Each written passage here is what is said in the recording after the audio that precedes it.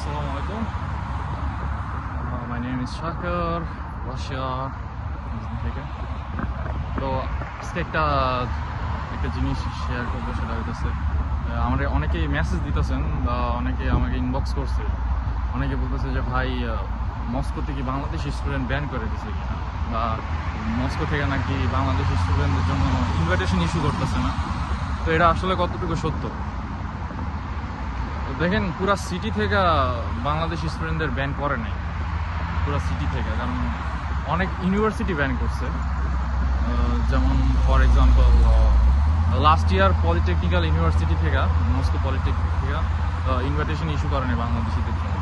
আমি যতদূর জানি পিপেটরিতে বাংলাদেশিদের লাস্ট ইয়ার আর কি, বাট এই বছর করছে। তারপরে এইচএসসি ইউনিভার্সিটি যেগুলো আছে রাশিয়াতে, আপনার মস্কো, পিটার্সবার্গ, এইচএসসি ইউনিভার্সিটিতেও বাংলাদেশিদের ইনভিটেশন দিতেছে না যতদূর আমি জানি আর কি। ওইখানে স্টুডেন্টদের সাথে যতটুকু কথা বললাম, এরকম অল্প কিছু কিছু ইউনিভার্সিটি আছে যেগুলোতে বাংলাদেশিদের ইনভিটেশন দিতেছে না। এগুলোর রিজনও আছে, কিন্তু একদম পুরো সিটিতে বাংলাদেশিদের ব্যান করে নাই।